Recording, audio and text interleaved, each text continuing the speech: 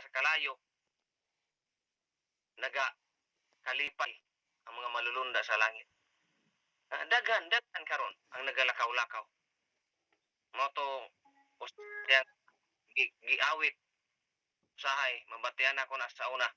Giawit na sa pang mama. Mingon siya sa una nga, buhi ka pa, apan patay daan. Diba? So, abi na ko to siya sa una nga mga kanta, kanang murag joke lang ba? Sa diya nga gabasa ko sa Biblia, naaday na dito. Busa, ang atong kada matagos sa kanato na kitay mga awit. Kanang atong kaagi. Kanang atong kuan, mo nay atong awit sa kinabuhi. Kanang atong experience being a Christian, turn into Christian. Busa, kung ikaw karon Kristohano na, padayon. Kay kung makalilisang man kining mga muabot nga mga signs and wonders, kining gi-imagine nato, una nako tong tsunami sa Japan, una nako tong linog sa Turkey, linog sa Syria. Makalilisang naman dito siya, pero ingnon ta ka, wala pa to sa kalingkingan kung ang Ginoo mubalik na. Musa, salamat sa mga bag-o pa lang nga nagamatinud-anon. Ug salamat niya tong daan na pud nagamatinud-anon. Padayon kay dili gyud sayon. Kung walay Kristo sa kinabuhi, dili sayon. Kumbaga, there are 7 major Holy Spirits na ginabanggit nato kasagaran dinhi. Kanang Spirit of the Lord, Spirit of Wisdom, Spirit of Knowledge, Spirit of Counsel, Spirit of Understanding, Spirit of Might, and Spirit of Fear. Pero kanang pito ang nagagkupot ni ana aron ma-install ng pito, gikinahanglan na atay Spirit of Fear. Kung wala ko kitay kahadlok, murag matoy giyon ako ganina nga yano-yanohon ra nato ang atong pagpangalagad. Gikinahanglan nga naa kita ko ni kahadlok aron mabuo ang pito. Kung naa kahadlok nga mahadlok ko nga masiparate ko sa grasya sa Dios, mahadlok nga masiparate ko sa eternal separation, mahadlok ko nga dili ko niya bantayan, mahadlok yung mga ganon. Kung mga naa kay bagong nga cellphone, mahadlok ka nga mahilayo na sa imuha kay basig kawaton. So kung naa na kay ingana nga feeling ana kanimo ang 7 major spirits. Ginatawag siya nga pito ka major Holy Spirit apan ang kabuuan usa ka espiritu sa Dios. Di ba? Holy Spirit of the Lord ang nagagiya ni ana. Murag kuan ba? Usa ka lawas kita apan different function, na ay ulo, na ay mata, na ay ilong, na ay baba, na ay kamot, na ay tiil, apan usa ra ka lawas. Managingon nga usa ka espiritu sa pito kagasa. Usa ra ka espiritu. So kinsa may dili gusto gasa? Kitang tanan gusto ugasa. Nga samtang kita Kristohanon gamiton ta niya. So ni ara gyapon ang atong pagkakristohanon. Gikinahanglan nato nga firm ang atong pagpangalagad. Datigo na mga pulong sa Dios. Hinaot na ang iyang sakripisyo dili masayang kay kita mismong nagalansang kaniya. Kitang tanan mga katawhan, kitang makasasala. Wa may limpyo nga, wa may perpekto. So, once nga naatay sala, involved ta sa paglansang. Busa, involved po ta nga iyang giluwas. Muna na kanindo dito. Busa, dalay ko ng Ginoo. Siya mga panalangin kanatong tanan, ang napanalanginan gayon. Makaingon kitang tanan. Amen. Mamati kita gawin.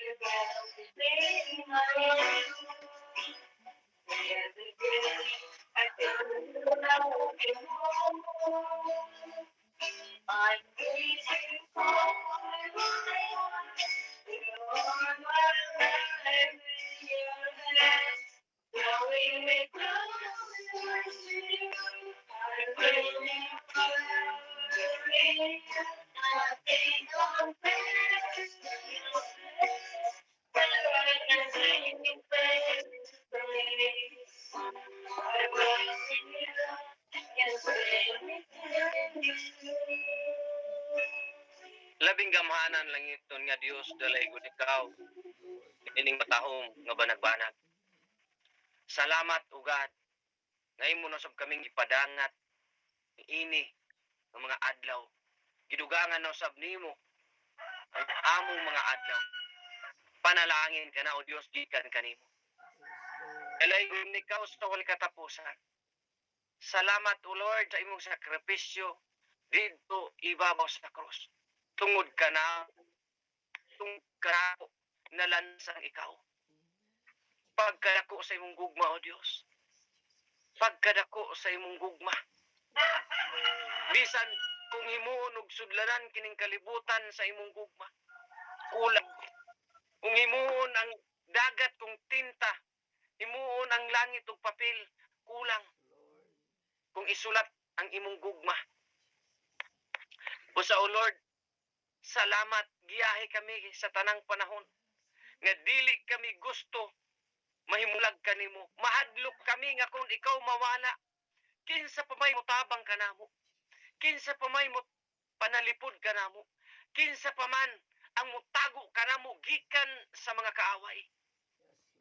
Lord, panalangin yang matagusa sa tanan nga gusto makadawat sa gasa o Lord at ihatag kini ngadto kanila. Nakakita ikaw sa kasing-kasing sa matag usa karon. Kung sila naa dinhi nga gusto mapanalanginan, sila naningkamot sa pag-apil ni ini kay gusto mapanalanginan nan makadawat sila og panalangin. Kay ikaw nagaingon nga bisan kami nga mga dautan nga mga ginikanan maayo pamanggani muhatag og mga butang sa among mga anak, ikaw pakaha nga balaan nga langit tong amahan. Kung wala manggani ikaw nagapasagad sa mga kalanggaman. Walay nangahulog nga mga langgam sa matag adlaw kay tungod sa ilang kagutom, kami pakaha nga imong gipakamatyan. Walay sama nimo o Dios, walay sama.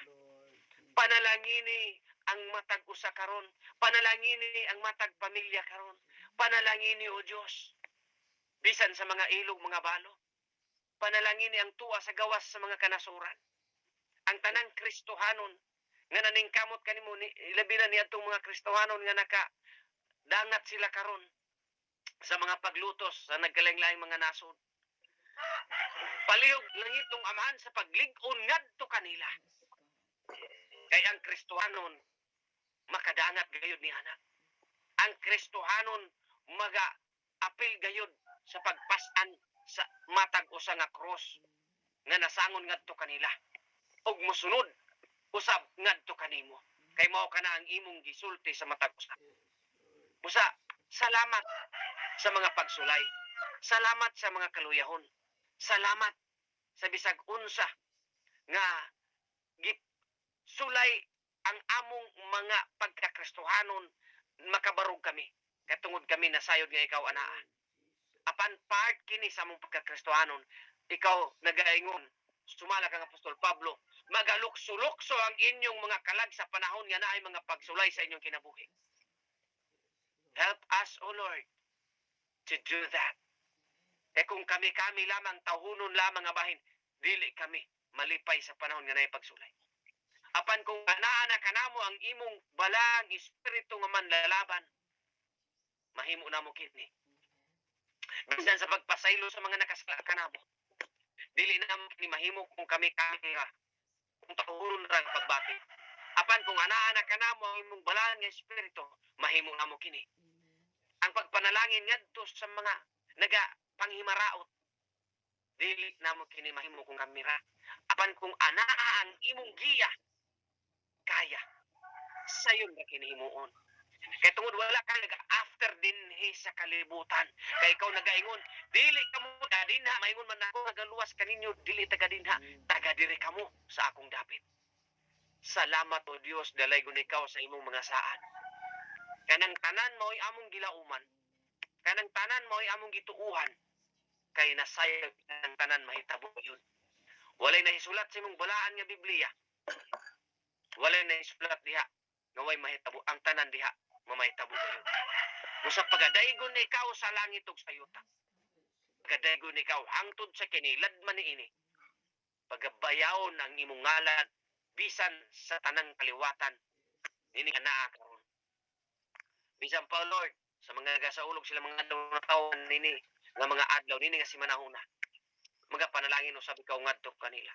Tagbuang mata ko sa bago pa man kami karon. Mag-adto sa among gibuhaton nga among personal.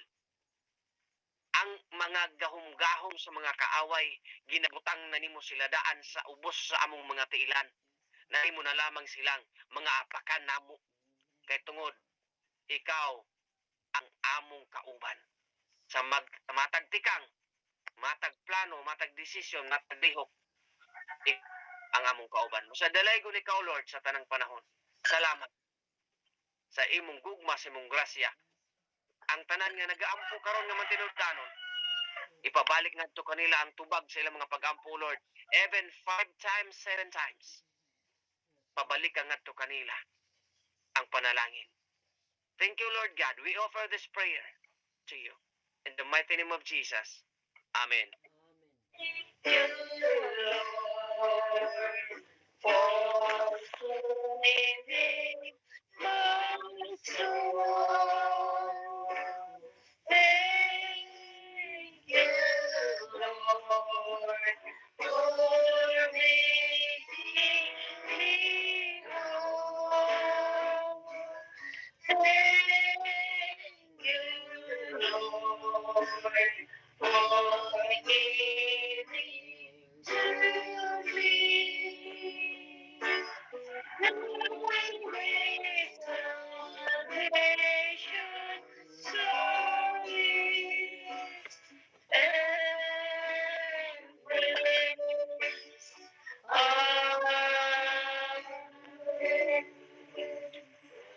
Ang grasya sa Dios nga nabanhaw ug ang iyang gugma kalinaw magauban kanunay kaninyong tanan. Amen.